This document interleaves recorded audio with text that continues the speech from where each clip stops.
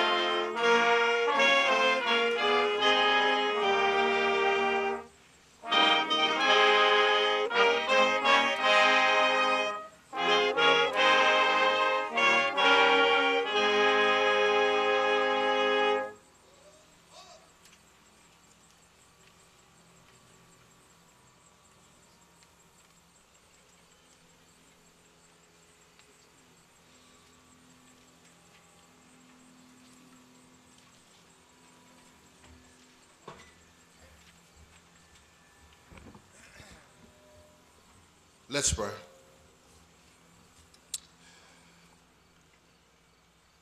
Father, we lift up our voices and our hearts to you now.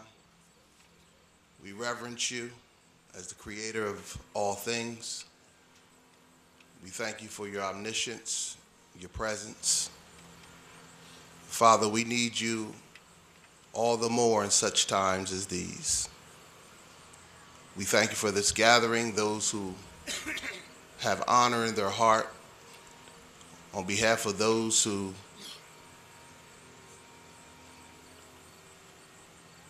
in such dynamic fashion help to preserve life and limb on that day, that fateful day, 12 years ago.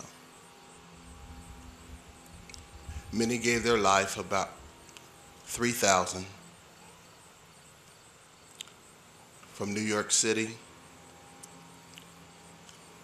Pentagon, and also in Swangsville. We thank you for the heroes that we know of and those we do not know. But we thank you, Lord, that you're the God who remembers.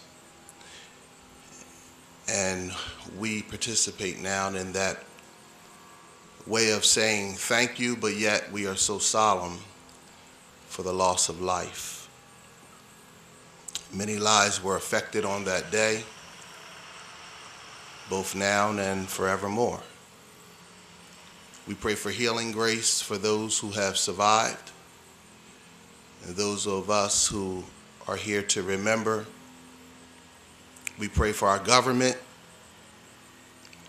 as we choose to pray for our strength in such times as now and what lies before us.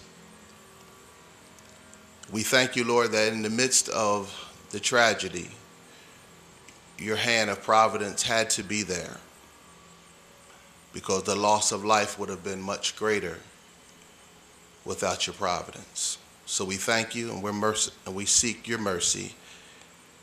In the name of our Lord we pray. Amen.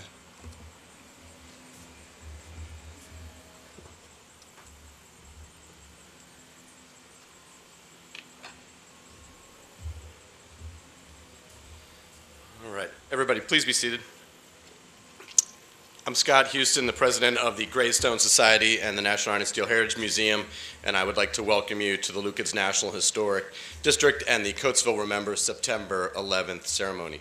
I want to thank the Parksburg VFW Post for presenting the colors and the Lucans Band for doing the national anthem. I would also like to thank Pastor Kevin Hunt of the Trinity United Bible Church for the invocation.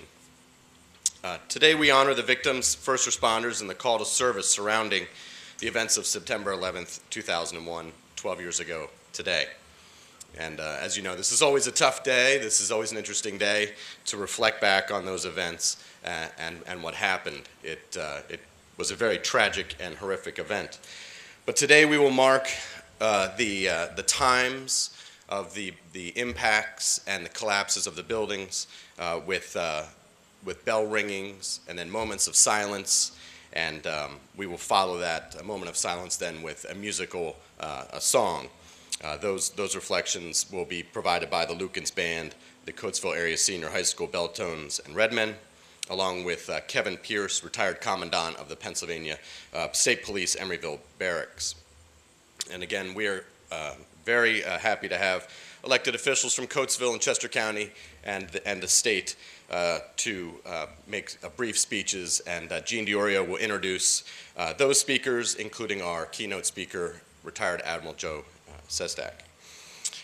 Jim Ziegler later on will present the South Brandywine Middle School projects, and we will hear from them about what inspired them about 9/11 and the call to service, and we're very excited to hear about that because I know that they probably do not remember the event. And it's interesting as we pass on, the legacy of this event is not just, the violence and the death, but really what happened afterwards, and everybody coming together and reflecting on what it means to be free and the liberties that we are given and granted, and then moving forward and picking up as a country and moving together forward.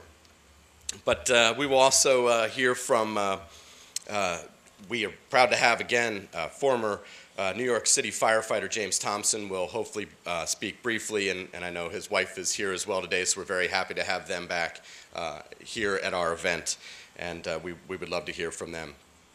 A couple quick thank yous for Arcelor Middle for helping us store the trees, and of course Citadel for helping us bring them home, and I know Doug Thompson getting a core group of volunteers today that are always essential in running an event like this. And getting the grounds ready, things like that. But I really want to thank you for being here today and taking the time out to participate in this. And for those that are not, it's on C3 TV, and we're happy to share that with people who couldn't be here today, because this is an event that is marked in time. I think when you talk about pre 9/11 and post 9/11, this is a singular day in history that marks a turning point. We may look back fondly, or if not romantically, upon the past and what was life like before 2001.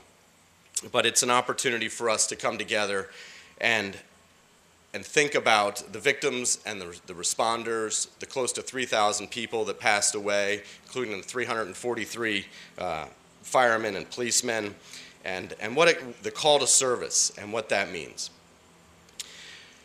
We stand here. We have 3 pieces from the World Trade Center, and we're hopeful to get the memorial up, but we are very thankful again to get these pieces out and make them publicly accessible. I think that for so many people, this event occurred on TV or in a distant disconnect, and we were framed things on CNN. We watched it, and you can probably still watch it today, and the videos and the documentaries.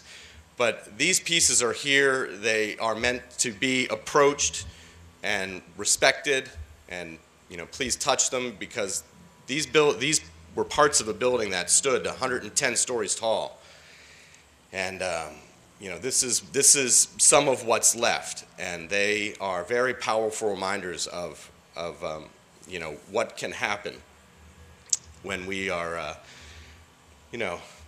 when we go to work and do your job, and it's the United States of America, and we're a free, open society, and I think that that's something to be savored. But there are costs associated with that, and there are protections as well that we need to implore.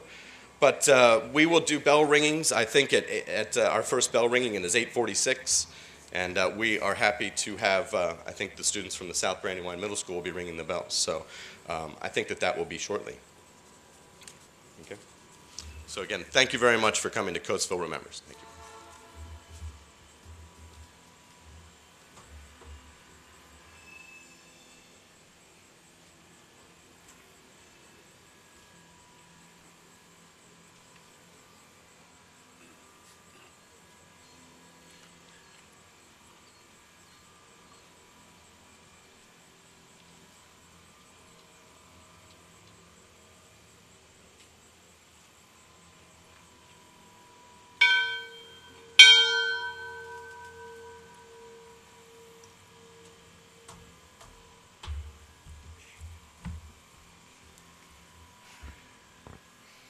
The time is now 8:46. Hijackers deliberately crashed American Airlines Flight 11, carrying 76 passengers, 11 crew members, into floors 94 through 98 of the North Tower of the World Trade Center in New York. Please observe a moment of silence.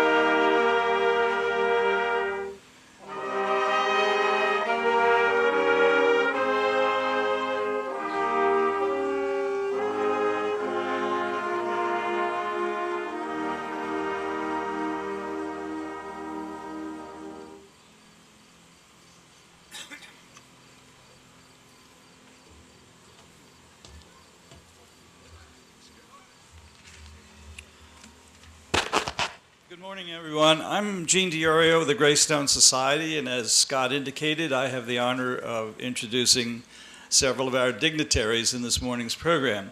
First, I would like to add my own word of thanks to all of you who've come today, volunteers, guests, dignitaries, as we once again have this 9/11 ceremony to commemorate what was a great tragedy in American history, but also a very great symbol of hope.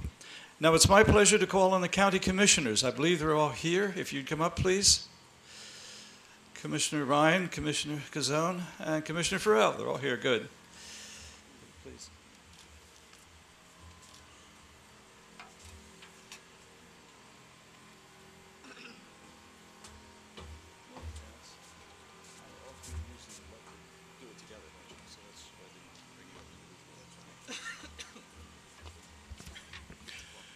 Good morning.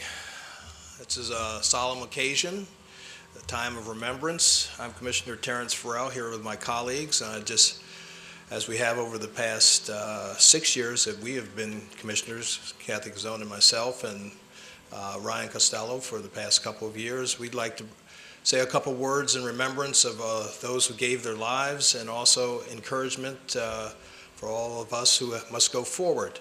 First of all, I'd like to ask a couple of questions. How many here had not been born by September 11th, 2001? Just a few.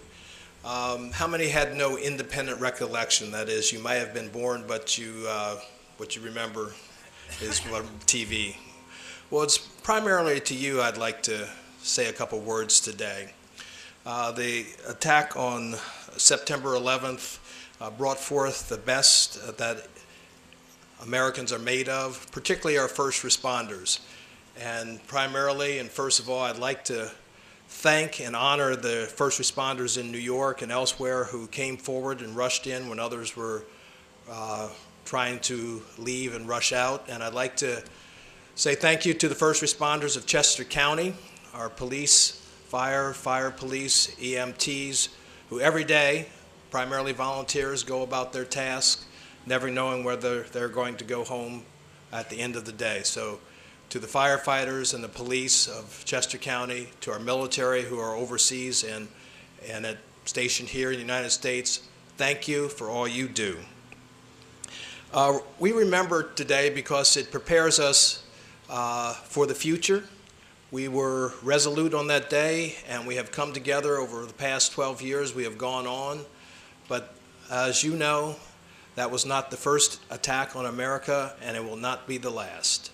Since 2011, there have been 19 or 20 attacks, some successful, like Benghazi or the Boston bombing, that have taken lives, successful in the fact that the terrorists were able to launch their attack. And some have been preempted, as in the underwear bomber who was caught before his bomb went off and destroyed an aircraft. But let us never forget that in these tragedies, it is actually individuals, real people like you and me, who get up in the morning, go to work or go to school, and never come home. I'm particularly reminded of an iconic image that I saw in doing some research on September 11th, and you may have seen it also. It's titled "The Falling Man." It's a picture of one of the more than 200 people who actually jumped from the north and south towers to their death, plummeting 10 seconds or more before they hit the ground. And it is believed that this person, Norberto Hernandez, or maybe it was John Briley, they haven't been able to narrow it down to one person, actually worked on Windows of the World, which was the restaurant on the 106th, the 107th floor of the North Tower. He's a person in a white smock as a pastry worker. And like many, he chose to jump out of the window rather than get burned or taken by the smoke inhalation. So it was somebody who got up that day and never went home. More than 90 nations were represented in terms of individuals who died, people from different parts of the world and many different ethnicities in the United States perished on that day. And that's a reflection of the diversity in America, and we should celebrate it. As we look around, Coatesville is a reflection of that diversity, as is Chester County. I think this day is really about community. We see the trees that have returned from the World Trade Towers that were created here in Coatesville. And we are here today to celebrate that community and that family. And my final word would be that as we celebrate this community, as we celebrate family, never forget when you go out the door to say to your loved ones, I love you, I care. And we are here as county commissioners because we do care about you, about this community, and about the safety of our residents. That's one reason we have invested so heavily in the Public Safety Training Center just down the road.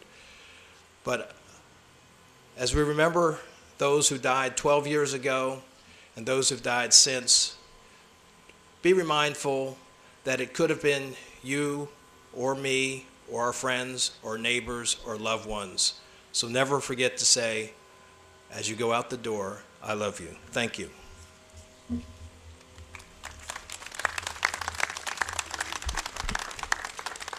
Good morning. I'd like to start by saying thank you to the National Iron and Steel Heritage Museum for giving us the opportunity to take time out of our lives to reflect on the events of September 11th, 2001, and to think about how we can move forward. I remember that day like it was yesterday, and I don't remember much anymore. But as I was driving over here, I was thinking about that day, and I can remember exactly where I was, exactly what I was doing, and exactly what I did for the whole rest of the day, as I'm sure many of you can. And when I remember the sadness and the tragedy, I think of the terror that the people in the buildings must have felt, the people on the planes must have felt.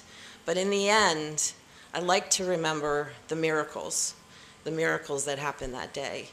The ordinary people doing extraordinary things to help their neighbors, their friends, their co-workers.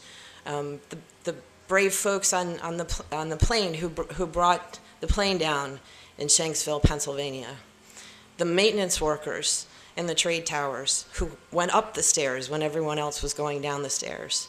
The firefighters, the police officers, the EMTs who ran in the buildings when everyone was running out of the buildings. And those are the things that I like to remember. I think it's interesting that we have this memorial today to Steelworkers Local 1165. Not only was, I guess, Lukens at the time, did they create these trees that tried to hold up those buildings, but to this day, they are making armor for our military, for those men and women who will continue to protect our freedoms and continue to protect us from other forms of terrorism and more tragedy in our lives. So I hope that we leave today remembering how we all felt that day, remembering how we were all Americans.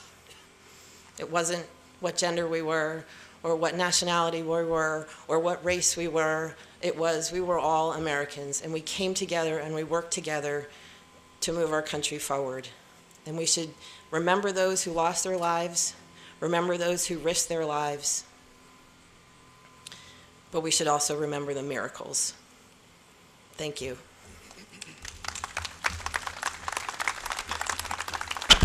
Good morning, everyone. Why are we here, and what are we commemorating? Of course, it's the courage and bravery that manifested itself that day. It's the ideals of our republic, what it means to be free, what it means to defend freedom. It's also a time to reflect upon the history of our republic as the oldest constitutional democracy, and also the history of Coatesville, and the unique role that Coatesville has in American history. Most importantly, I think at this point, it's a teachable moment for our children, and that was very pleased to see, I think we all were, that the East Fallowfield Elementary School has some students here, and that this ceremony is as much about that as it is about remembering about what teachable moments there are as a result of that tragedy. The lesson to me is that the terrorists don't win if we don't let them win. And perseverance through honor and continuing to do what is right is what our country reflects, not just at home, but internationally. Will we continue to renew and revisit these teachable moments? And will our body politic be better through revisiting these lessons? Sure, we will reflect on where we are today and where we've come since 2001, the volunteers who put their life on that line that day, and the volunteers who today continue to put their lives on the line as they train, as they defend, as they keep us safe. And I think, Scott, if there were 4 or 5 words that I take away, Scott mentioned a little while ago a call to service. And of course, a call to service can come in all sorts of different forms and fashions. It can be being a teacher, an elected official, a fireman, a law enforcement official, volunteering your time in any number of different charitable and nonprofit causes. They're all the lessons, the teachable lessons that we want to pass on to the next generation. And in many respects, that's what this ceremony is about to me. It's making sure that we continue to take the next generation, who are going to be our leaders and are going to be our employers and who are going to make sure that America is a better country 10 years from now and 30 years from now and 80 years from now than it is today. And we can't do that unless we take it upon ourselves to provide those lessons to the next generation. And so I will finish with this. The National Iron and Steel Heritage Museum. Outside of New York City, dare I say that this is the single most significant monument to provide those teachable moments for future generations of Americans as a consequence of September 11th, 2001. And that's right here in Coatesville, Chester County. And that should make us all proud. But for as proud as we are as a result of that, it should also instill in each of us a duty and a sense that we have an obligation to make sure that every single year this commemorative ceremony continues and we build upon the teachable lessons that are here today for future generations. Thank you, Scott, for allowing the county commissioners to participate in the ceremony this morning. And thank you, everyone, for being here to share in those teachable lessons for the next generation with us this morning.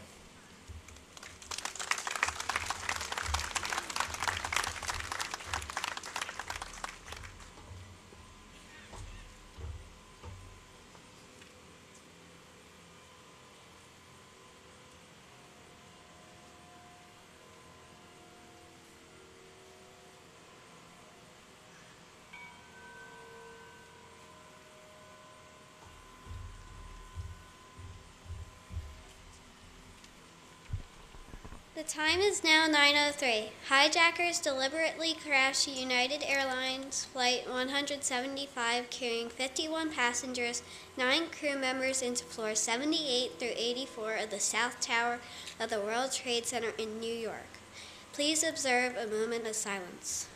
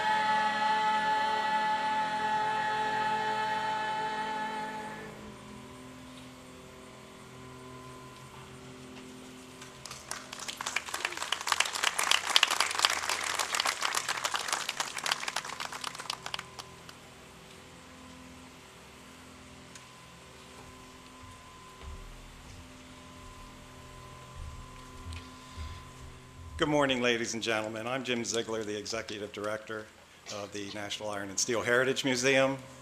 Again, we're here to pay tribute to those who lost their lives, but we want to acknowledge the steelworkers that made this all possible, and we have a few members who are joining us here. The 6th and 7th grade students of the South Brandywine Middle School have been engaged in a project to develop ways to make a difference in the community. South Brandywine has been a partner with the National Iron and Steel Heritage Museum's annual September 11th commemoration service for several years. The project is led by Mrs. Lisa Doan Harley. I'd like to introduce Lisa to you, who is an 8th grade teacher at South Brandywine and serves as a social studies coordinator for the Coatesville Area School District. Lisa?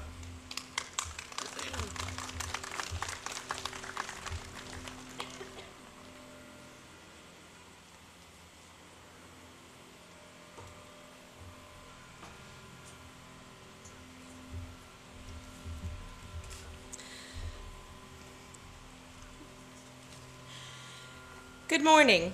On behalf of the Coatesville Area School District and South Brandywine Middle School, we would like to thank the National Iron and Steel Heritage Museum and the Greystone Society for providing our students with the opportunity to be with you here today to pay our respects to the victims, survivors, and first responders of 9/11.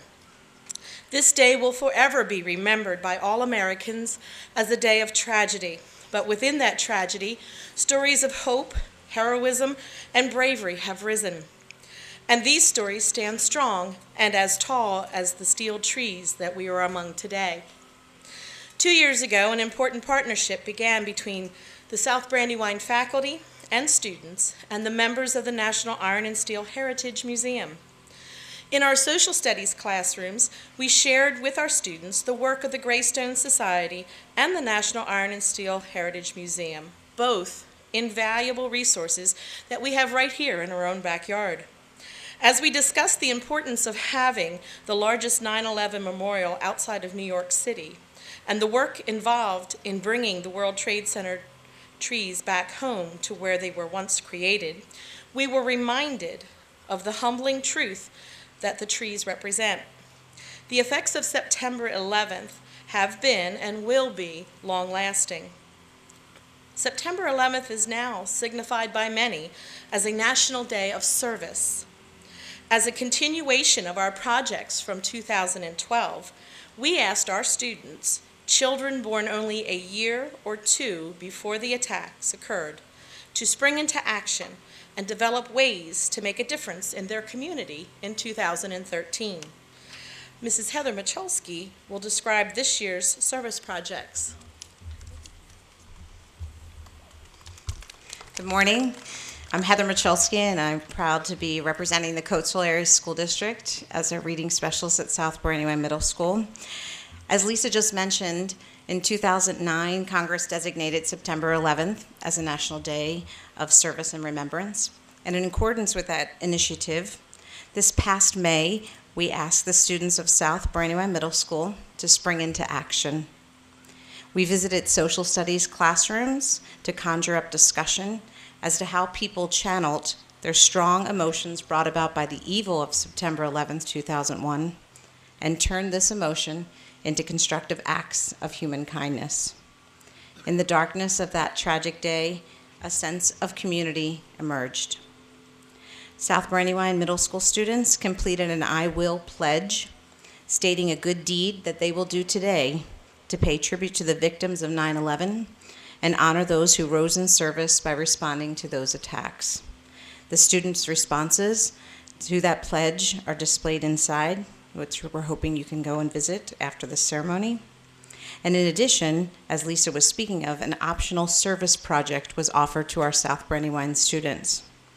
Students were challenged to write a proposal, including a cause that they chose, explaining why they chose that cause, as well as including the ways in which friends, families, and the community could support their cause.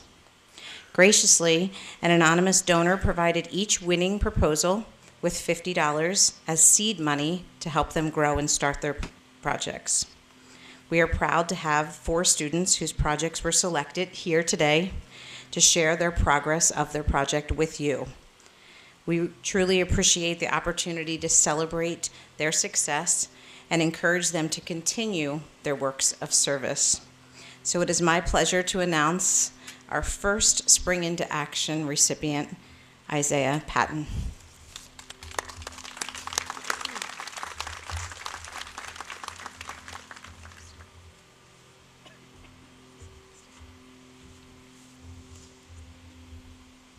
Hi, I'm Isaiah Patton. What if you woke up tomorrow and all your shoes were gone? How would it affect your day? Could you go to work? Could you go to school? Could you go out to stores? There were some of the questions I asked myself when I came across an article that said there were people in our community who didn't have shoes or families who had to share one pair of shoes. This is why I came up with the idea of a shoe drive. I bought boxes to collect the shoes in, art supplies to decorate the boxes, and paper to make flyers to advertise for the drive. I collected 22 pairs of shoes. I will be giving these shoes of pairs to the Gateway Men's Shelter for those in need of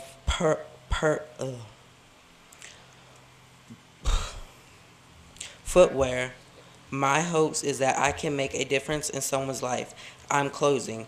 I would encourage you to put on your shoes tomorrow and think about taking steps toward helping someone in our community.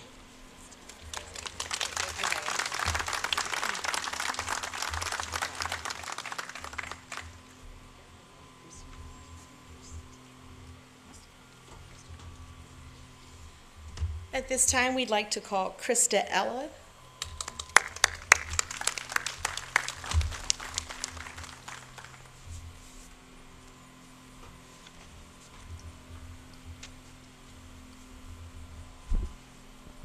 Hello, my name is Kristen Ella. I'm a 7th grader at South Brandywine Middle School.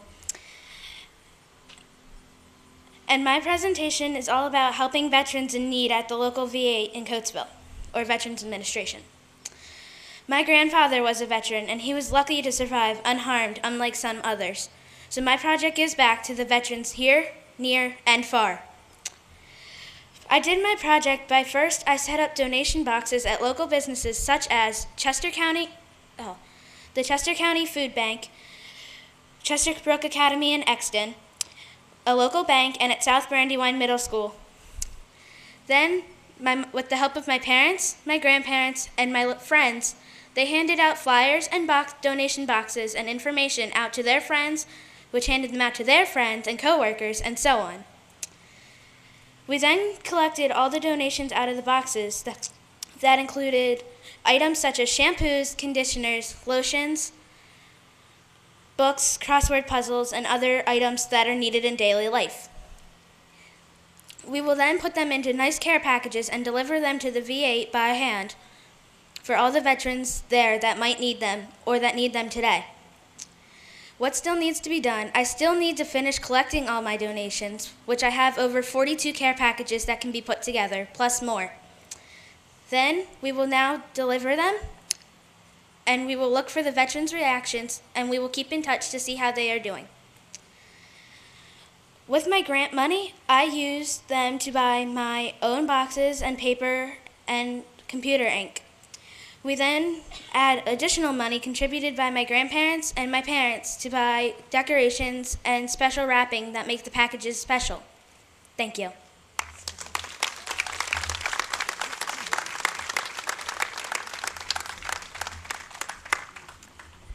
It's my pleasure to introduce Emily DeSands.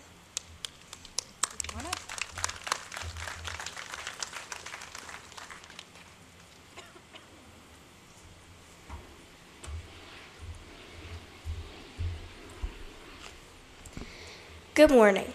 My name is Emily DeSands, and I am a 7th grader at South Brandywine Middle School. When I received the assignment, I knew that I wanted to focus on something that would directly benefit the people in the Coatesville community.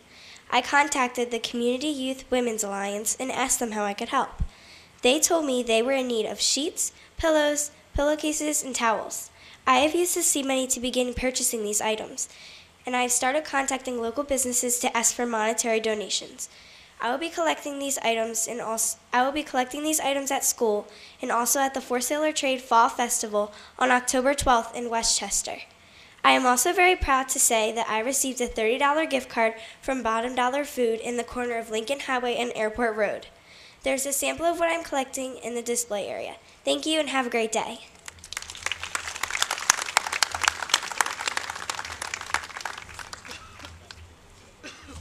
And our final honoree is Aaliyah Young.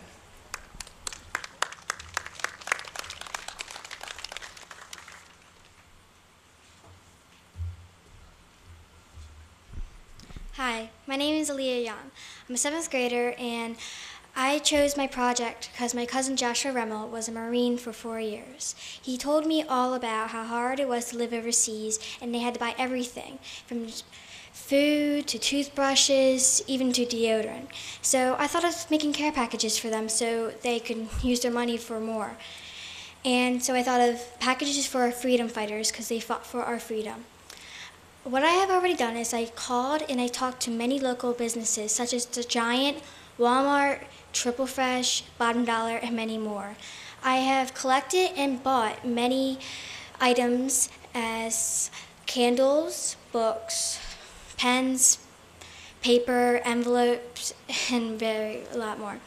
What I still have to do is I still have to buy a lot more items to make my care packages, and then I will be shipping them off to the Marine Corps.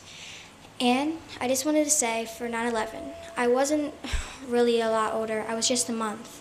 And I don't remember it a lot, but I know sadness is all filled in our hearts. That's what the terrorists wanted. But it doesn't break us down. It builds us up to do better and try harder. Thank you.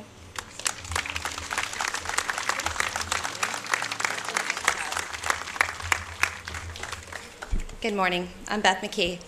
And I'd just like to say thank you to the National Iron and Steel Heritage Museum for allowing us to help us teach our students about this rich history that we have, but most importantly, to make their mark on their future. South Brandywine began this a few years ago, and Lisa, Heather, and I just had this dream that it would grow and grow, and we're so proud to tell you that this year it has. We actually have East Fallowfield Elementary School has joined us this year in this endeavor. 5th graders, they joined in the I Will campaign, and they pledged a promise of one good deed that they would perform today. They promised things like helping their elderly neighbors with shaking out the trash, with taking in groceries. They promised to go to local fire departments and police departments and say thank you. And today I brought with me Lauren Wollstonholm. I've been practicing your name.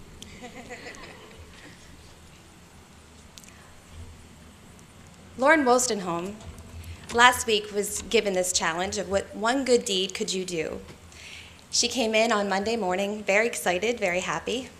Lauren had spent the weekend baking cookies with her family. She put together 20 packages of cookies, and she delivered them to her neighborhood.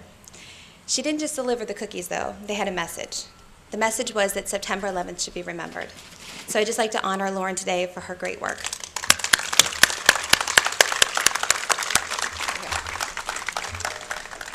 Lauren and all the other pledges are on display in the Lukens Administrative Building, and I invite you to go inside and see them. The students displayed them in red, white, and blue, and they created the our national great symbol of the American flag. And I hope that you go in and read not only their I Wills, but South Brandywine's I Wills. And I hope you don't just read them, though. I hope you take them in, and then you get inspired. And do one good deed so that we can make this day a sacred day of service. Thank you all.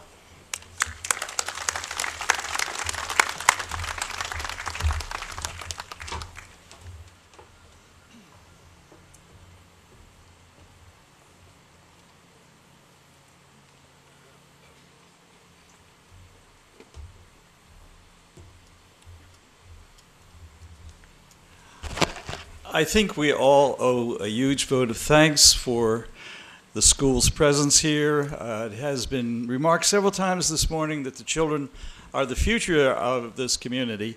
And I can tell you, we at the Greystone Society have been very happy to work with the school. And we congratulate bringing these children awareness for what we're doing, and also the children from the school. I think a round of applause for all these kids who are here this morning would be very appropriate.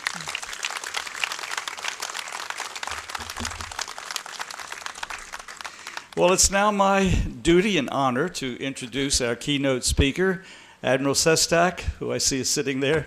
If you'd come up, please.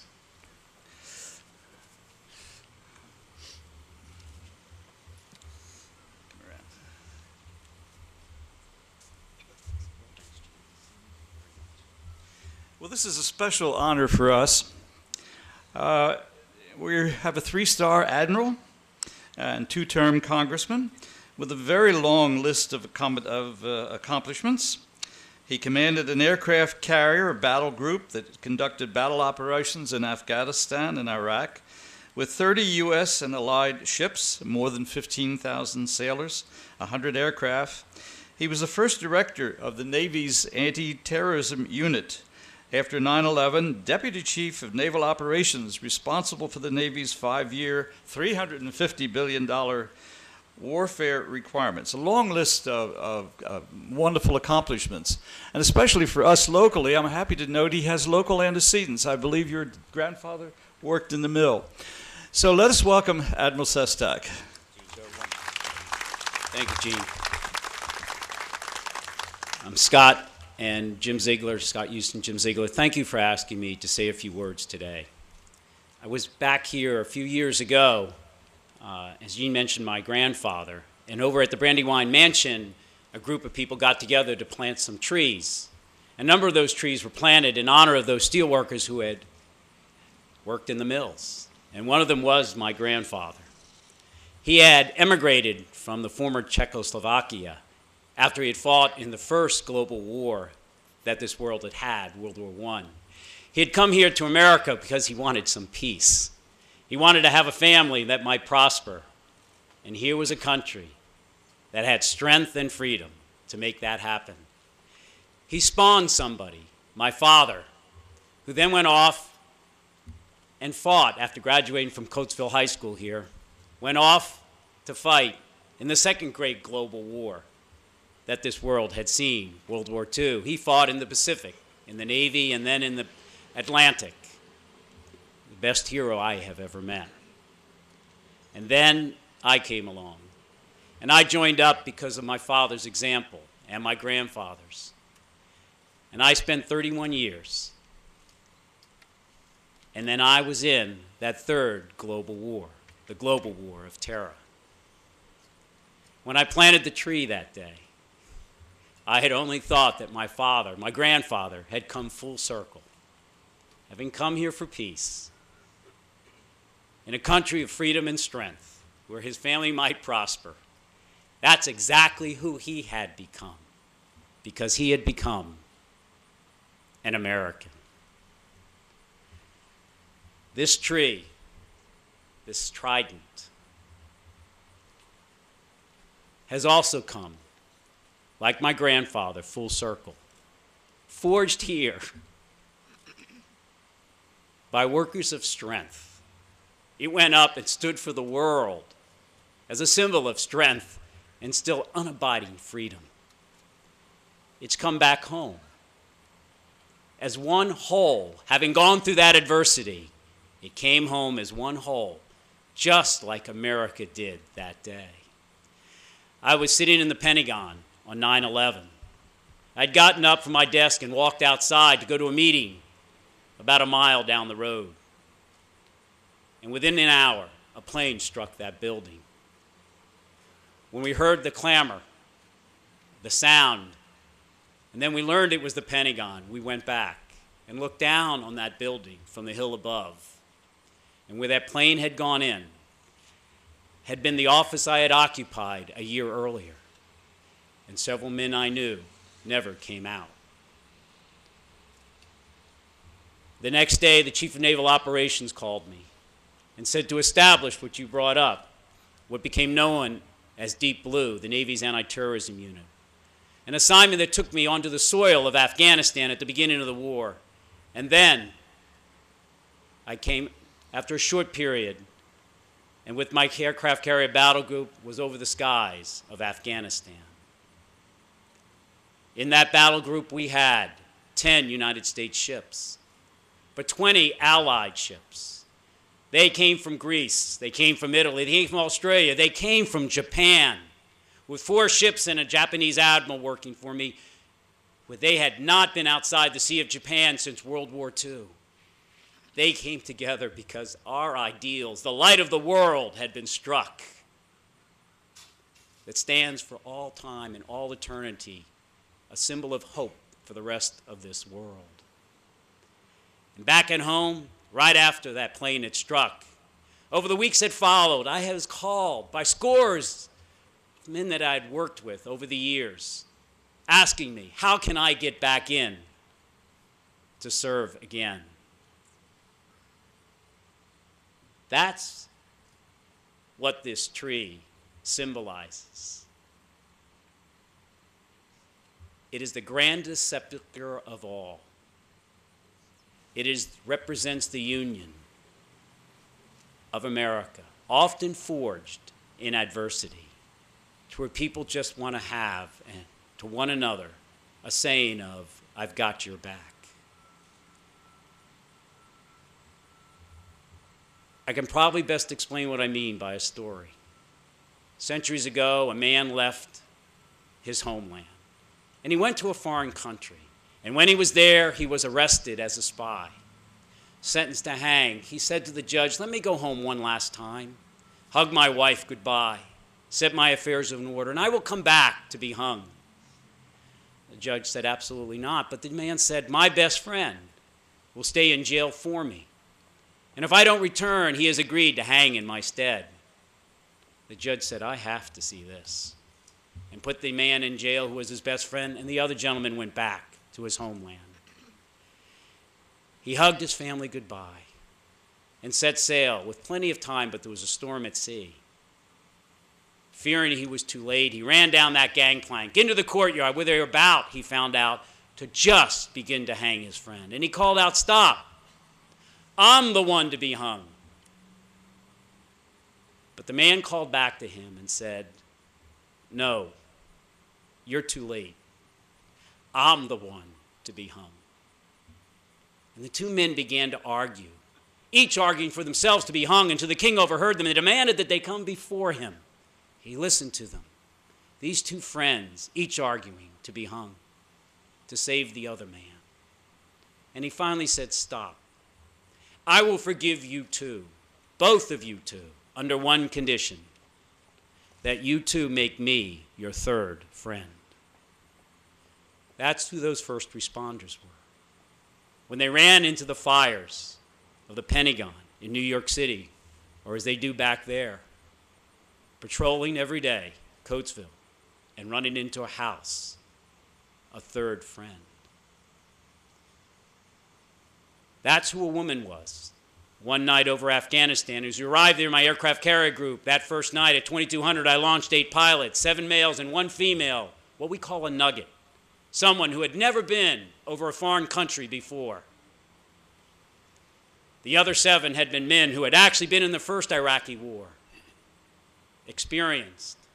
But that evening, she proved to be the one who would disregard standing orders, not to dive below 20,000 feet, unless we first had some time to see if the Taliban down below might have Stinger missiles, those types of armament that could take down a fighter if it went too low. But 8 special forces had been struck. 4 had died immediately. And the other 4 called up, strafe. There is no time. They're closing in. We have moments left. They're too close for lasers, guided munitions. That woman, disregarding any order, a very rugged individual, but someone who understands the common mission, dove 3 times at 2 o'clock in the morning, from 20,000 feet to 3,000 feet, and strafed, and those 4 men picked up their dead, and they came home. That's who we are as Americans when we are at our best. We're darn right we're rugged individuals, but we also come together, forged often through adversity, just like those first responders back there. As I spoke at a memorial last year in Bucks County, they unveiled new memorial stones for the Marine Corps, the Coast Guard, the Army, the Navy, the Air Force, and right next to them, 2 more for our first responders, equal warriors as anyone else.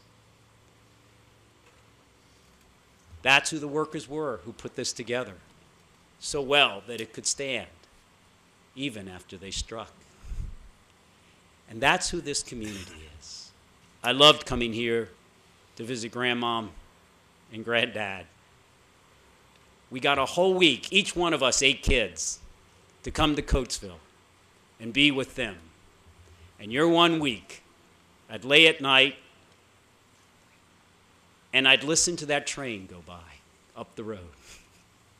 And today, every time I hear a train in the silence of the night, it brings me back to an American community where my grandfather emigrated, taking with him a young boy, my father, who had come here for peace, who had come here for strength that could defend it, for freedom that was so worth defending, so a family might be prosperous. He had come here for what Coatesville represents by doing this today. He had come here for a community together. Thank you very much.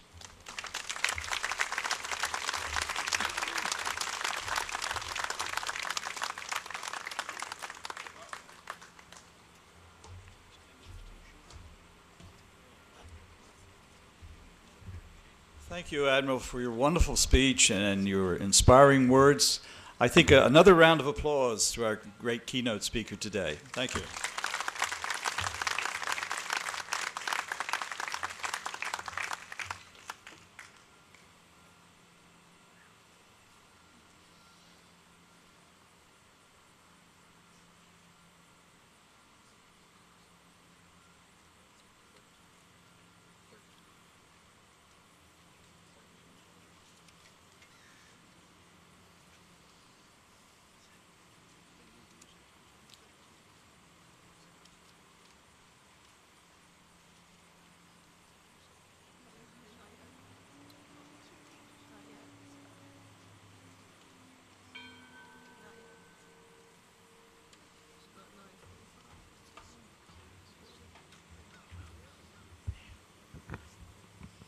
The time is now 9:37. Hijackers deliberately crashed Flight 77, carrying 58 passengers, 6 crew members, into the Pentagon near Washington, D.C. Please observe a moment of silence.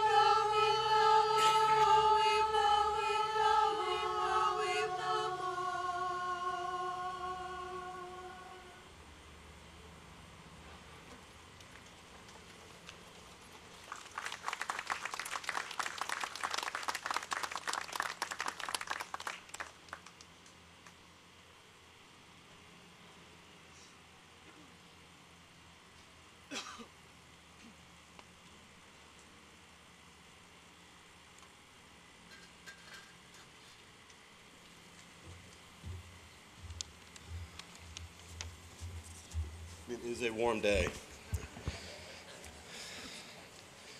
So, but this is very important. This is the recognition portion. I did not mention Coatesville Fire Chief Lentz before, but I believe he is here, and we appreciate him for coordinating the flag that you see over our tree to the east, and then as well to the Coatesville area firemen, policemen. I believe as well Wagontown Fire Company is here, and Westwood is here, and the Washington Hose is here, I believe, as well. And that's a nice representation from our community of first responders, and we really appreciate them for being here today because they are the ones that are our current protectors, but they are more than that. They are also the representatives for me and for us of the 343 firefighters and 60 police officers who gave their lives 12 years ago today. Again, running up when everybody else is running out and trying to control panic and fear, and running up to the top floors of the World Trade Towers, I encourage you to hear them as they battle the fire and the optimism and the hope that they had until the very end about controlling the raging fire. But we would also like to thank ArcelorMittal's Fire Department for the services that they provide for us in the Historic District. So please give them a round of applause at this moment.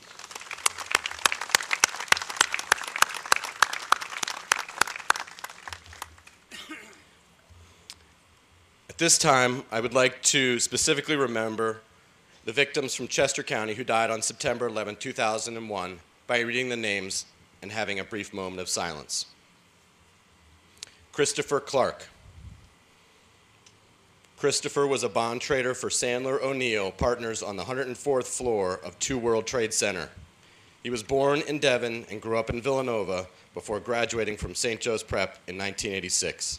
He was the husband of Casey Connors and the son of Janet and Frank Clark.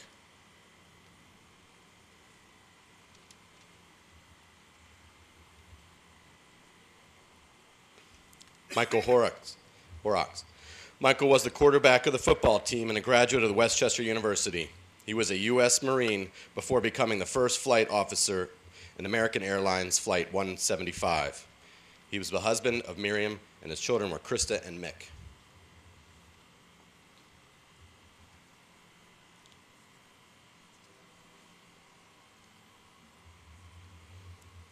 Kevin Marlowe.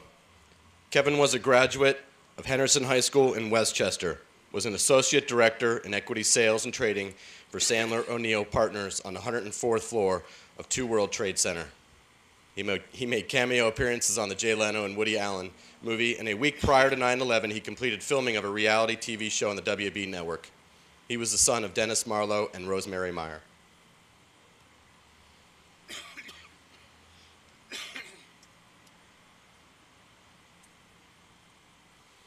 George Smith. George was a graduate of Phoenixville High School and attended Allentown College. He was a deacon of Cornerstone Evangelical Free Church in Kimberton. He worked on the 97th floor of 2 World Trade Center as a senior business analyst with SunGard Asset Management Systems Global Plus. His parents were Raymond Smith II and Georgia Jackson.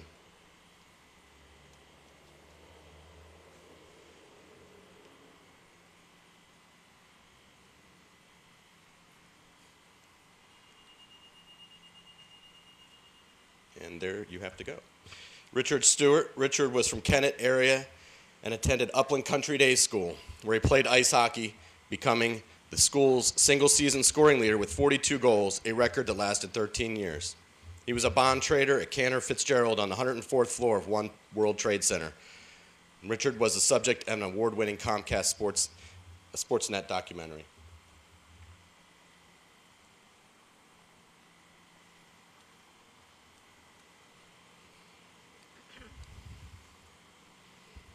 As Ryan Costello said, that we hope that every year we will remember and read those names of people and that the connections to Chester County will continue to strengthen.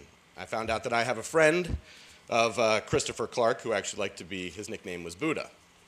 But we also know that a friend of, I think it was Tom Bennett, who phrased the Let's Roll, was here today, or is here today. So as well, the connections run deep. We would also like to recognize Chester Countyans associated with the salvage effort. Salvage rescue and recovery that turned into salvage. Chief John DeMarco, Upper Euclid Township Police. Detective Thomas Jones, Upper Euclid Township Police. Mr. Lou Angeli, firefighter Kennett Square. Mr. James Thompson, New York City firefighter, who lives in Chester County and is with us today and will speak shortly. Mr. Kevin Chandler, VA Fire Department. Andrew Englander, Elverson Emergency Medical. Detective Sergeant William Cahill, Westtown, East Goshen Police Department. Corporal Timothy Hubbard, Westtown, East Goshen Police Department. Detective Robert Bakunis, Westtown, East Goshen Police Department.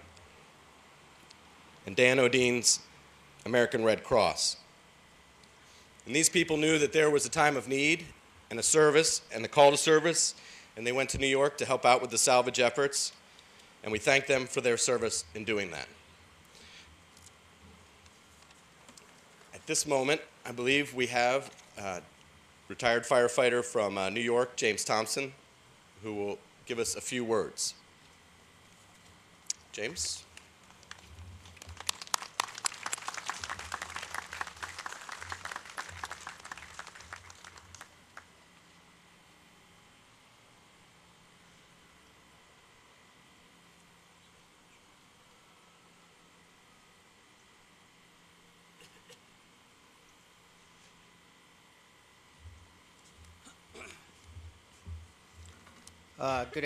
Good morning, everybody.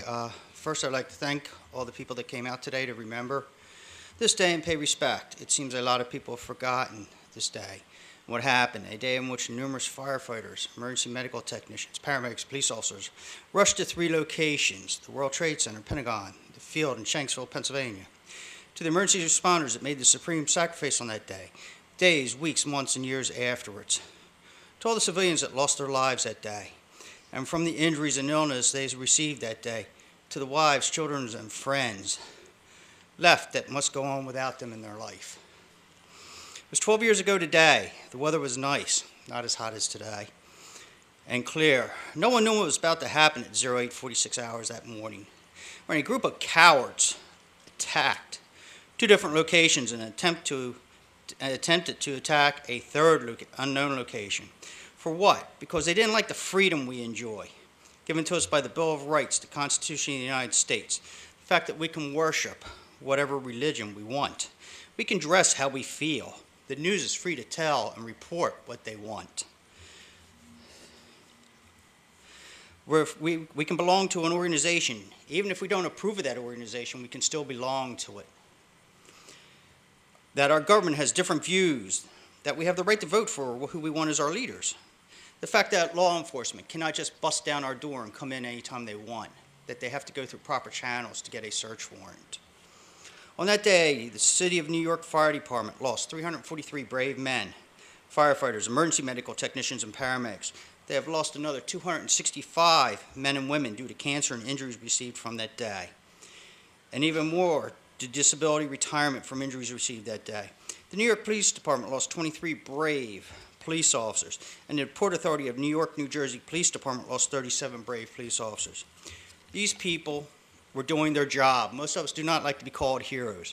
This was our job. This is what we were trained to do. The heroes are the brave civilians that carried the injured people out of the building, the iron workers and other civilians that rushed to the scene to assist, the civilians that tried to take Flight 93 back from the terrorists and crashed in a field in Shanksville, Pennsylvania, the people that sent supplies so that we could continue our work. I was invited on the 10th anniversary to do 2 TV shows, and during that time I got to meet some of these brave heroes, these individuals. Matter of fact, it was probably one of the most important people I got to meet was a man named Tobin Miller. We had different names for areas set up there. One was Home Depot, that's where all the supplies would come in. Another one was Kmart, which was marked by a blue light like you see the volunteers have out here. And we could go in there and get the supplies we needed at any time.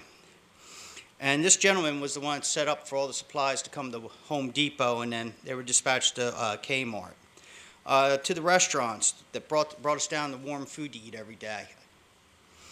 Take a couple of minutes when you walk around and look at the pictures and touch the steel beams. Close your eyes and imagine what was going on at the time and place. Think of where you were and what went on that day. Take a minute to thank the brave men and women in the armed forces, the ones serving in Afghanistan and Iraq, the ones that have made the supreme sacrifice in the wars, the ones that have been wounded in combat, the wives and children that must adapt to them being injured and going on without them in their life. I would like to thank my wife Irene, my sons Kevin and Alex for coming here today, my daughter Alicia, which is not here. She's in the military, serving as a military police officer now.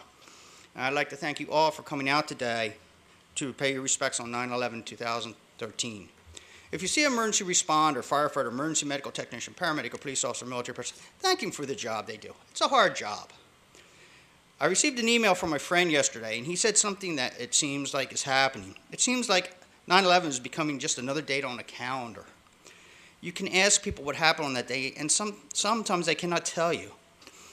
It is my hope that that never happens, that 9/11 just doesn't become a date on a calendar, that we remember it every day. In closing, I thank you very much for showing today and coming to pay your respects.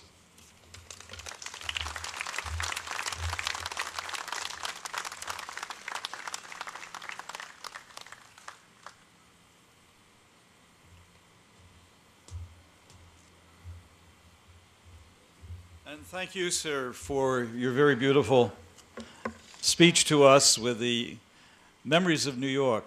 Now, I believe we have a very special musical selection. Kevin Pierce, who's going to come up. So if you would, please.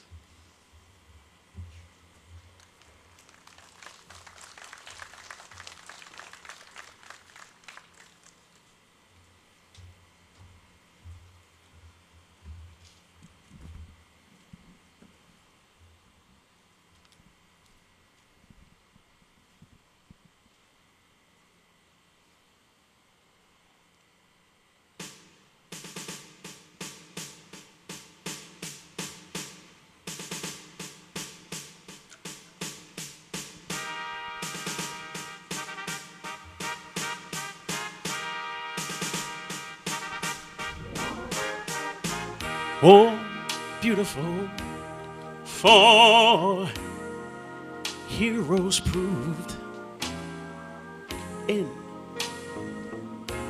liberating strife,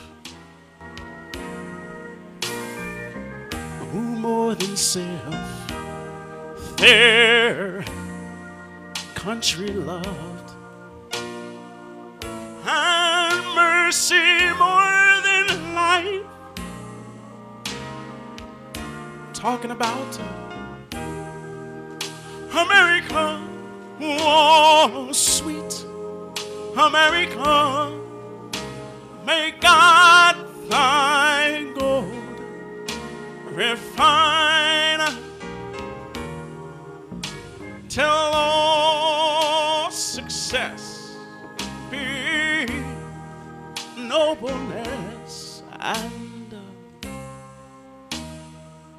every gain divine. You know, when I was in school, we used to sing it something like this. Oh, beautiful, for spacious skies, for amber waves of green, for purple mountains, majesty. How about the fruited plains? America, oh sweet America, God has shed his grace on thee, and he crowned thy good with brotherhood from sea to shining you help me out? You know the words. America, oh, sweet, sweet America. My God done shared his grace on thee. Oh, yes, he did. And he crowned thy good will.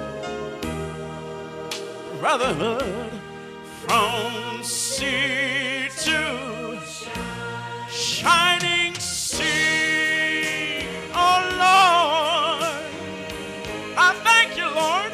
Shining sea.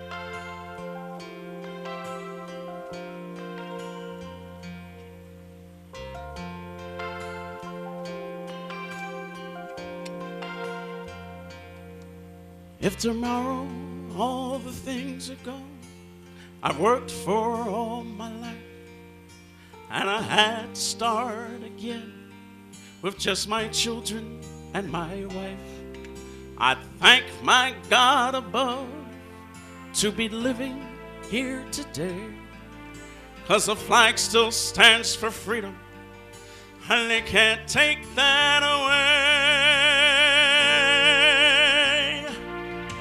'Cause I'm proud to be an American, or at least I know I'm free. And I won't forget the men who died and gave that right to me. And I'll gladly stand up next to you and defend her still today. 'Cause there ain't no doubt I love this land. God bless the USA.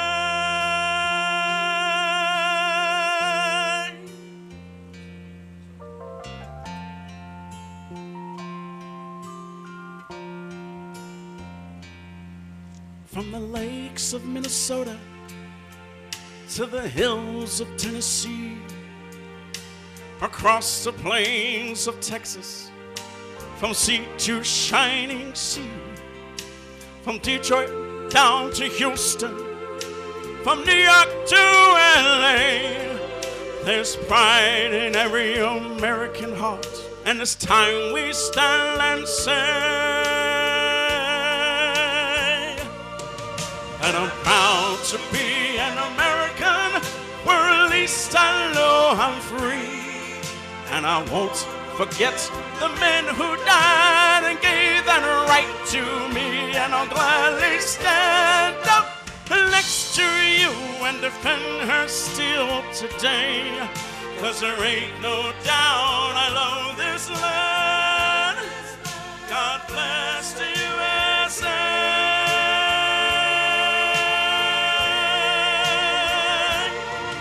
Yes, I'm proud to be an American, where at least I know I'm free. And I won't forget the men who died and gave that right to me. And I'll gladly stand up next to you and defend her still today. 'Cause there ain't no doubt I love this land. God bless the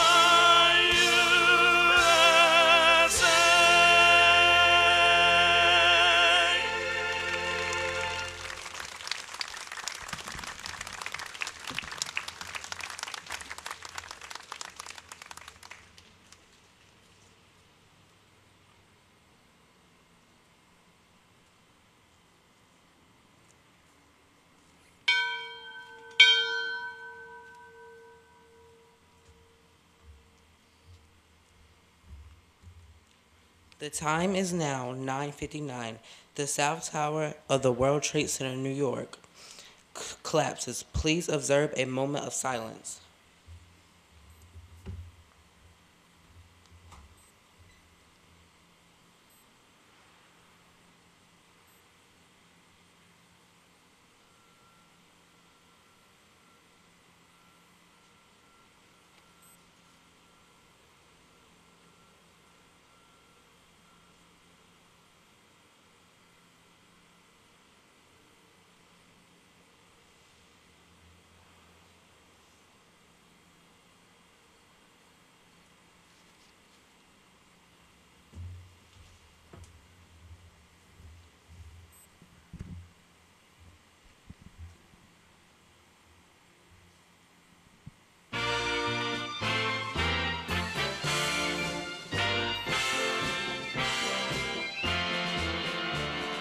God bless America, land that I love. Stand beside her and guide her through the night with the light from above. From the mountains to the prairies, to the oceans white with foam. God bless America, my home, sweet home. God bless America, my home, sweet home. One more time, won't you stand and sing it with me?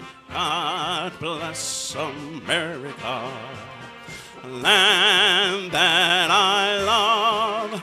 Stand beside her and guide her through the night with the light from above. From the mountains to the prairies, to the oceans white with foam. God bless America, my home, sweet home. God bless America, my home, sweet home.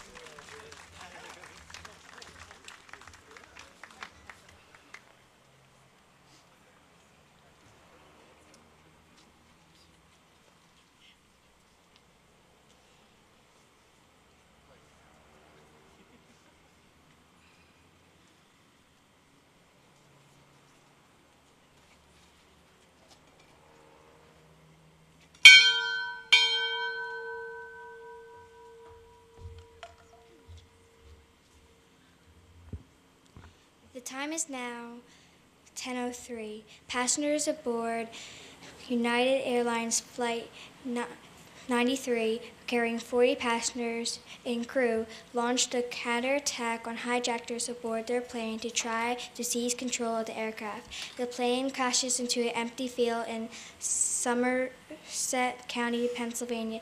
Please observe a moment of silence.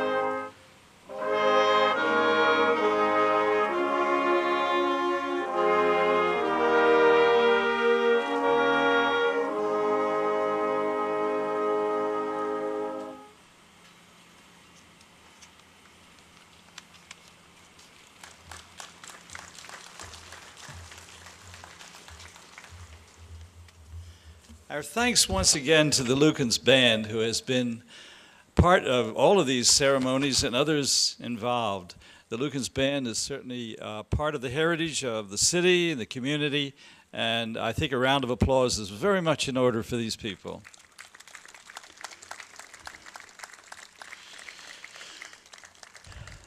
Well, as you've heard, this is a day of celebration, of commemoration, and certainly it's a day to celebrate the city of Coatesville and the industry which made it proud and which is still happily functioning and making the city proud.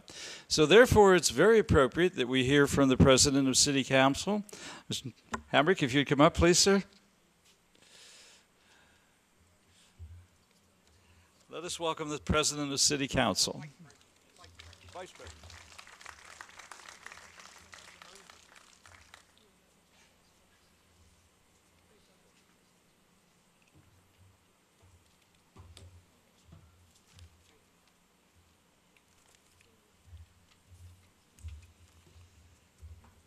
Well, looking out over the audience, our first responders, I'd like to thank the National Steel Heritage Museum, the Greystone Society, the Houston Foundation, the Lukens Band, the South Brandywine children that participated today. I think it's really important to remember this day, September 11th. I think it was very hard for our first responders in our municipalities when they saw the events turning, because their hearts went out for those responders and the people in those towers that were perishing, because they couldn't leave their post here to join their brothers in this fight to save lives. And it had to be very hard for them. And it's very hard for them every day, because when that whistle blows, they have to call to the duty to save the citizens. And this is very important.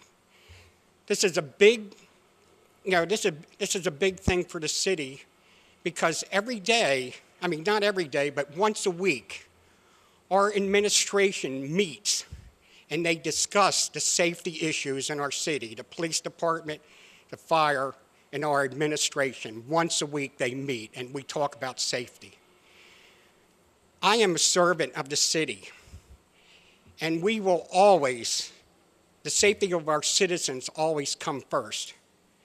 And we don't care what it takes, but we are going to serve our citizens. It is very important to us. Our first responders are very important to us. Every day, I would rather see them on the streets of Coatesville talking to our children, inspiring them to be firemen or police officers or EMTs. I would rather see our fire department every day giving out fire alarms, or sitting in front of the fire department and just talking to the citizens as they pass by, and not have to worry about them when that whistle blows and whether they're going to perish in a fire trying to save someone. This weekend, we honored one of our firefighters, retired, that passed away. He dedicated his life to the city of Coatesville. He was a servant of the citizens, and we can never forget that. It is important for me as a servant of the citizens to never forget that I am a servant, that I am here to serve you. I had to call to duty too when I was young. I was a Marine reservist, and I volunteered for active duty to go to Southeast Asia. I fought in that war. I am a Purple Heart recipient. I lost men on a battle, and I spent a month and a half in the hospital recovering. And I went back into combat, and I picked back up my squad. We were in 4 major campaigns, and I have the Naval Achievement Combat V, and I'm proud that I served the United States Marine Corps. And I can never remember, I can never forget my men that I lost. Never. It was hard for me. And I know those commanders up in New York can never forget the men that they lost. and they wished if they could take their place that they would. I'd like to thank that young lady for South Brandywine for those care packages, because it was the greatest thing that ever happened to us when we got those care packages over in Southeast Asia, and we read the letters, and it brought back memories of home, and it was really a great feeling. You know, and we can never forget this day, never. I mean, it's really an honor to be before Tim Hennessy and Andy Dinnerman. They're such great speakers, and and good friends of mine. So I'd like to welcome everybody here and thank you for coming.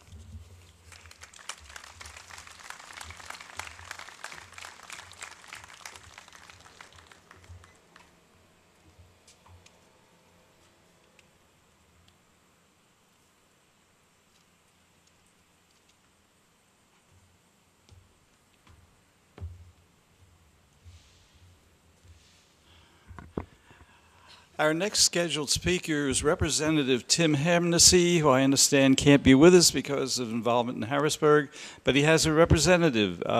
Debbie, is she here?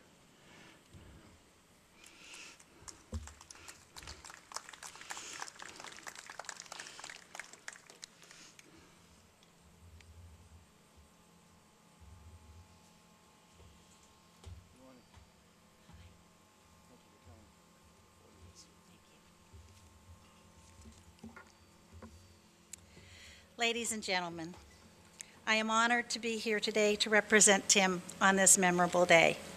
He has prepared some thoughts he would like me to share with you. I'm pleased to be represented at today's ceremony by Debbie Miller, my legislative aide in the Coatesville office. I regret that I must be in Harrisburg this morning and afternoon for meetings on legislative matters and to meet with elder care providers in my capacity as chairman of the House Aging and Older Adult Services Committee. I know that I am repeating a theme you've heard several times already, both today and in so many earlier services like this, that 9/11/01 was perhaps the darkest and most tragic day in our American experience. The untold horrors of that awful day remain imprinted on our collective psyche more graphically than almost any other, and we continue to be amazed and wizened by the visitation of such evil to our shores. But that day, which momentarily stunned us and shook us to our core, also marks the dawn, much like today's glorious dawn, of a new era in American resolve, a resolve tempered as these steel trees behind us were poured, fashioned, molded, crafted, and tempered by many of you in our audience today in the Lucan's Foundry right next door. That new American resolve has risen from the ashes of the World Trade Center, like the phoenix, to unite America in spirit and to reaffirm our position as the last great superpower and our leadership of the free world. Those who were lost in the ruins of the World Trade Center, and especially so many of our valiant first responders who gave, in Abraham Lincoln's immortal phrase, their last full measure of devotion, are emblazoned in our hearts and on monuments throughout our great land. Their names are added to countless others who have given their lives for America that we know and love. Our heroes from historic wars, epic struggles which formed and helped preserve the United States of America, and many, many others who toiled bravely and without recognition, who also sacrificed mightily to build America both here at home and around the world. Together, all of us join today with those heroes to recommit ourselves to the American dream. Their struggles are over, but ours remain. We honor them and our American heritage by how we answer that call, by how we rededicate ourselves to continuing the American experience. Together, we'll preserve, protect, and defend the United States of America from all enemies. Thank you all for being here today to keep the memory of 9/11 alive and to thank those who gave so much. May God continue to bless our United States of America. Thank you.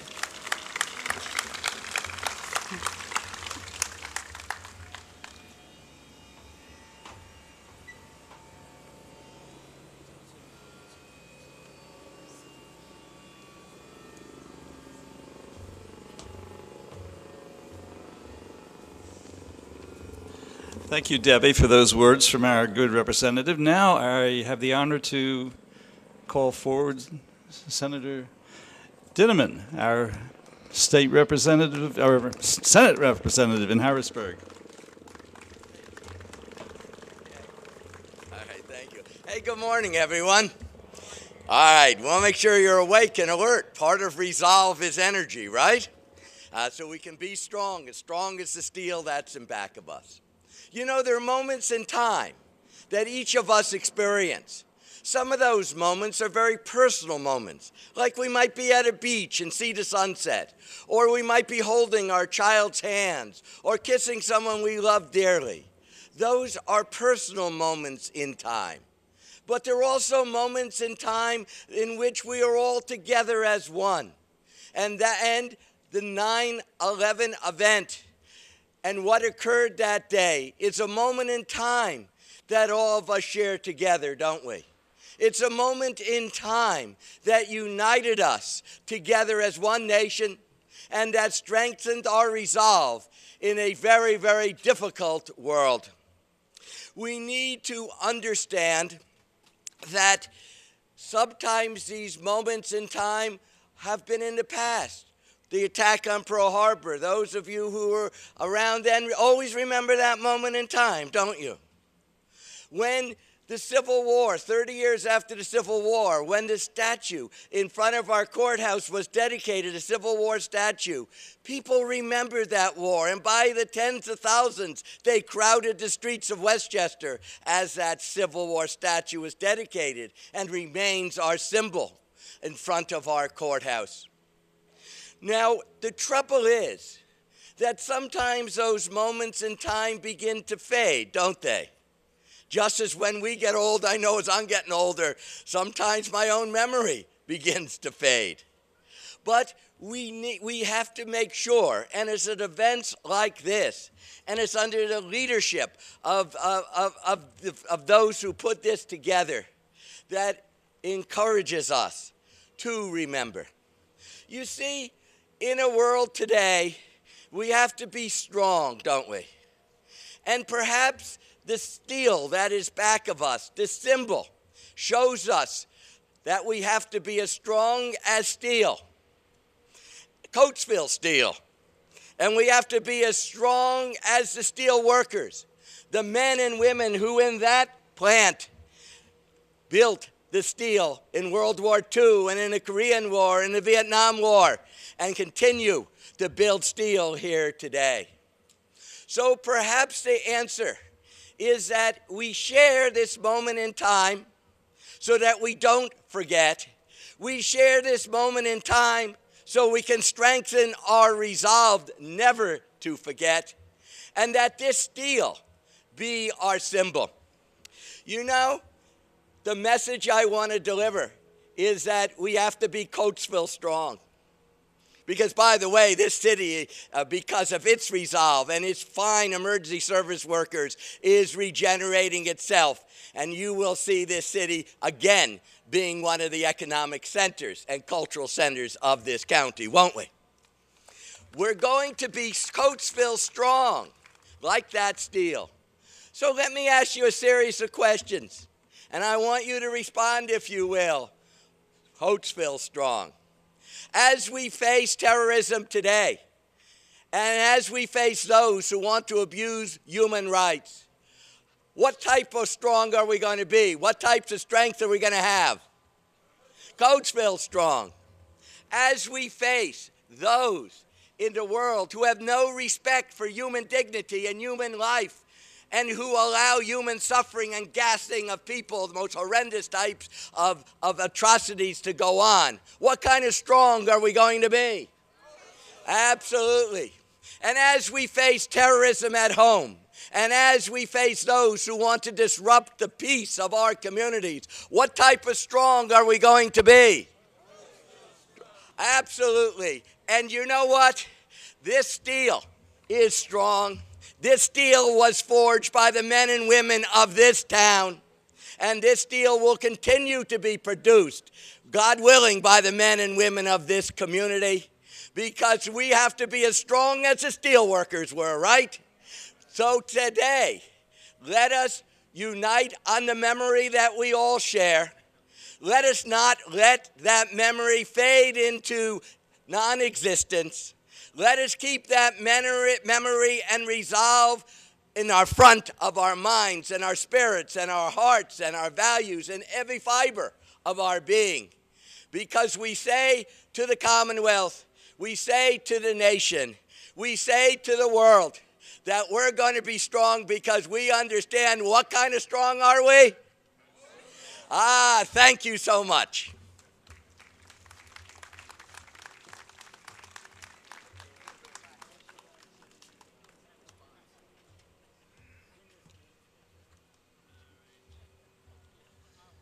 And thank you, Senator Dinniman, for exciting and always interesting words. And I think he's given us a new slogan, Coatesville Strong. Our next speaker, our Representative Pitts, in Congress couldn't be, but his representative is here. And I'm very happy to introduce Tom Tillett, who has a message from Joe Pitts. Tom?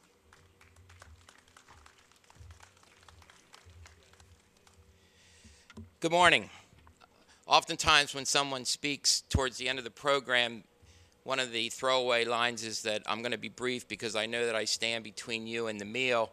But today I'm going to say that I know that I stand between you and air conditioning. So I'm going to be brief.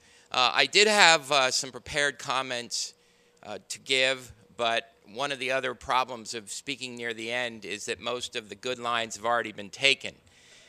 I do want to apologize on behalf of Congressman Pitts. They are in session today, and he is in D.C. There is good and bad news with that. The good news is that as a staff person, I have enough sense to be far briefer than he would be. Unfortunately, I guess the bad news is that you're stuck with me rather than him. I am going to do something just a little different this morning, and I am going to be very, very brief. I'm going to just tell a personal story. Years ago, I'm not sure exactly what year it was. I think maybe Gene could remember. Gene and Scott and a couple other people, we went up to JFK, and we went to an old hangar that a bankrupt airline used. And that was really the start of the process to bring the trees, or the tuning forks as some call them, back to Coatesville. And I remember walking into the hangar. It was huge. And I remember walking in there with the others in the party, and it just struck me. The tuning forks are right inside the door, and we walked around and we looked at these items, and it was very, very solemn. And I remember in the middle of the hangar there was a tent, and I wondered why there was a tent in the middle of the hangar. And we walked into the tent, and it just struck me. These were fire engines and police cars and other vehicles that were near the towers, under the towers, heading towards the towers when they fell. And these cars were in very, very bad shape. And right in the middle of the tent, there was a monolith. There was a big cement pillar. And all over this pillar, and to this day it still sort of brings chills to me when I think about it, all over the pillar were written little messages of love. Where are you, honey? Honey, come back. Please let me know you're alive. Honey, I loved you. And these little messages were written all over this monolith, this pillar. And to this day, when I think about it, I sort of get chills with that meant. And I always remember that was probably, in my experience working for 2 members of Congress, I would say that was probably one of the 2 or 3 most memorable things that I have ever done working for members of Congress, going up there that morning and walking into that hangar and seeing all of the there were tragic, horrible, sad, unbelievable stories behind everything in that hangar. The other thing that struck me was that there was an issue, and the reason we were there, frankly, was to figure out what the red tape was with the Port Authority to get in this particular case, because there were all kinds of groups trying to get things, what we needed to do to bring the trees or the tuning forks back to Coatesville. And I remember the gentleman that was our tour guide, he said, well, you can't really do anything. There is no process, because these pieces, everything in here is considered a part of a crime scene. And that really struck me, because I had never thought about that. But indeed, they did represent fixtures from a crime scene. And at that point, there really was no process to obtain these. And when you think about the horrible, horrible, tragic crime that was perpetrated against America and against the men and women who were killed that horrible September morning, I'm going to do something a little bit different here, and I'm going to talk about, and albeit very briefly, how we can best remember those people that died on 9/11 and how we can celebrate their lives. And what I'm going to do, I'm going to read to you a brief list.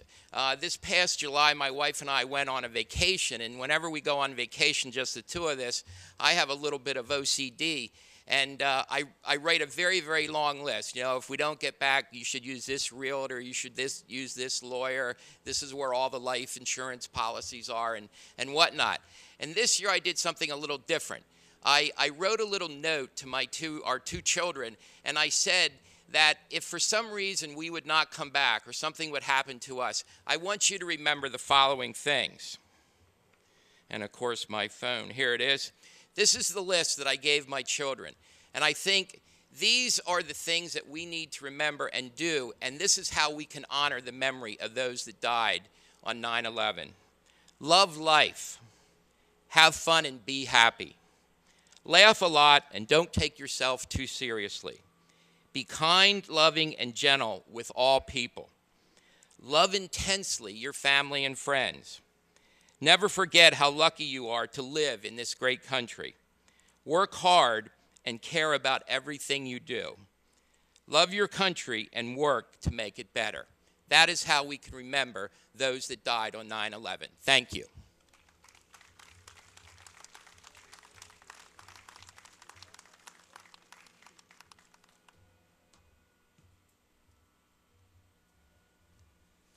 And thank you, Tom.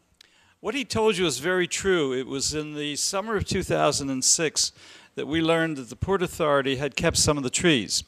And we were very interested, and we were very grateful to Congressman Pitts, who made the necessary contacts for us to get into speaking with the officials of the New York, New Jersey Port Authority. And yes, several representatives of the Congressman's office, Scott and I and his dad, went over there for the first meeting. And they were very sympathetic to our cause, but it was, as he told you, considered crime, and all the material was not available for releasing. It wasn't 3 years later, until 2009, that the Port Authority and the courts in New York reached an agreement whereby they allowed the Port Authority to start disposing of things. They went public. One day there was a front page article in the New York Times including a picture of the trees, and I said to Scott, we better go back over there and get busy. And we did. We had a second visit. But I can say this, we had several visits to the hangars, and the effect never wore off. We looked at all the broken vehicles, police trucks, fire vehicles, everything there, and some other very, very sad things. Many of which are going to be in the museum in New York when it eventually opens. But I know I can speak for Scott and all the rest of us that the effect of it never wore off. I think we're due for a bell ringing.